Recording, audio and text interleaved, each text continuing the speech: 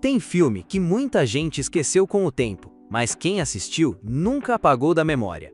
E um desses filmes é Bionicle, Máscara da Luz. Um longa que chegou sem fazer muito barulho nos cinemas, mas conquistou uma legião de fãs através dos DVDs, televisão e principalmente pela imaginação de quem cresceu nos anos 2000. E cara, esse filme tinha uma atmosfera diferente. Não era só um desenho de brinquedo tentando vender produto. Existia um universo inteiro ali, uma mitologia, uma sensação de mistério. Tudo parecia maior do que realmente era.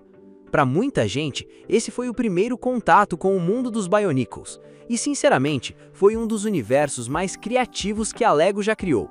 Hoje a gente vai relembrar essa animação que marcou uma geração, falar sobre a história, os personagens, o clima do filme, os momentos mais emocionantes e principalmente, por que Bionicle, Máscara da Luz, ainda lembrado com tanto carinho até hoje. Um filme que tinha uma energia diferente. Logo nos primeiros minutos do filme, você percebe que ele não queria ser só uma animação infantil qualquer. O mundo de Mata Nui parecia vivo, as aldeias tinham culturas diferentes, os personagens falavam como se existisse uma história gigantesca por trás de tudo. E existia mesmo. Os Toa não eram apenas heróis comuns, eles eram praticamente figuras lendárias, e isso dava um peso enorme para a história. O filme consegue criar uma sensação de aventura muito forte.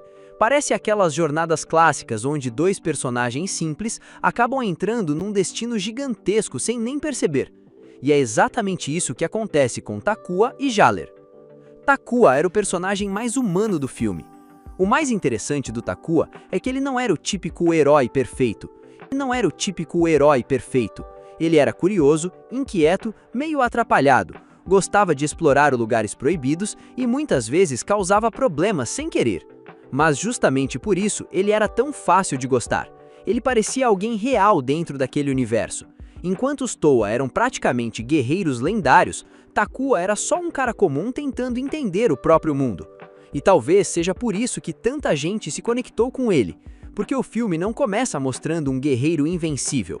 Ele começa mostrando alguém perdido, alguém que ainda não entendia qual era o seu lugar.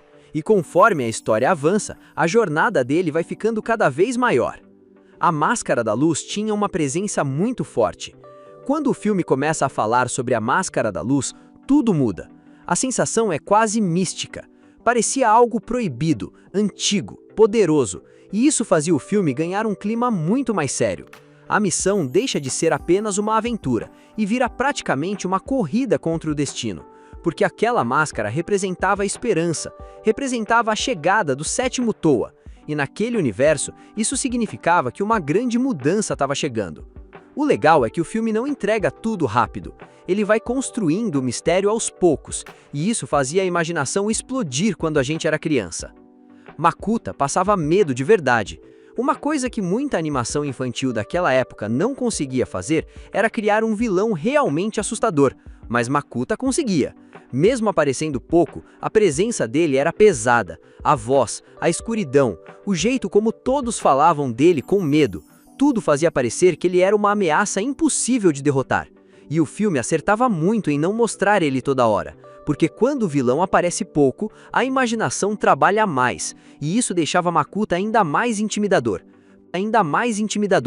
Para muita criança dos anos 2000, ele realmente dava medo, principalmente nas cenas mais escuras do filme. O visual era absurdo para a época.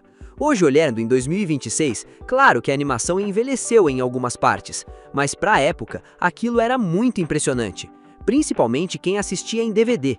As armaduras brilhando, os cenários gigantescos, as cavernas, as praias, as aldeias, tudo tinha uma identidade visual muito própria.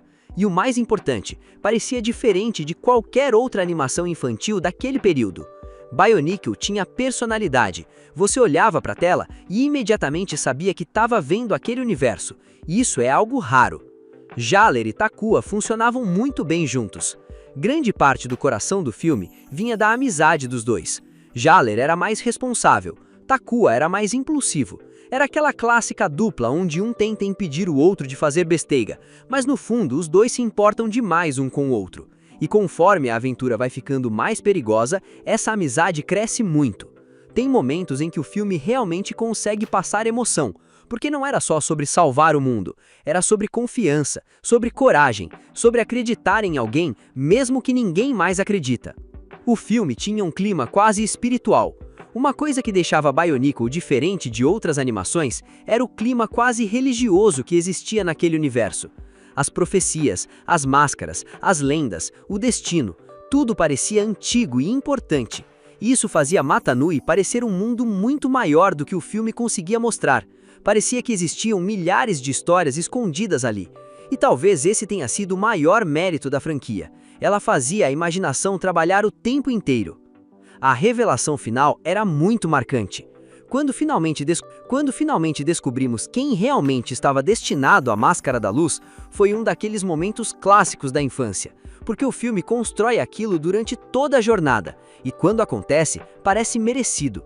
Não era apenas uma transformação física, era emocional, era como se o personagem finalmente entendesse quem ele era, e isso dava uma sensação muito forte de conclusão.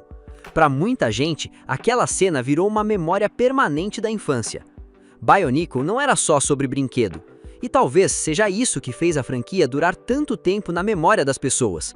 Os filmes, jogos e histórias tinham esforço de verdade, existia lore, existia construção de mundo, existiam personagens memoráveis. A Lego poderia simplesmente criar robôs aleatórios para vender brinquedo, mas eles criaram praticamente uma mitologia inteira.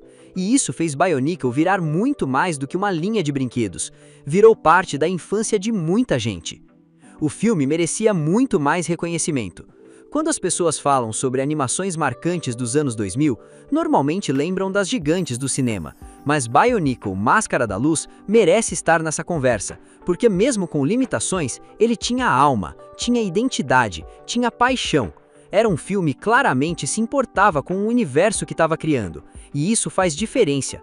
Até hoje existem fãs extremamente apaixonados por Bionicle, porque aquele mundo parecia especial, parecia único.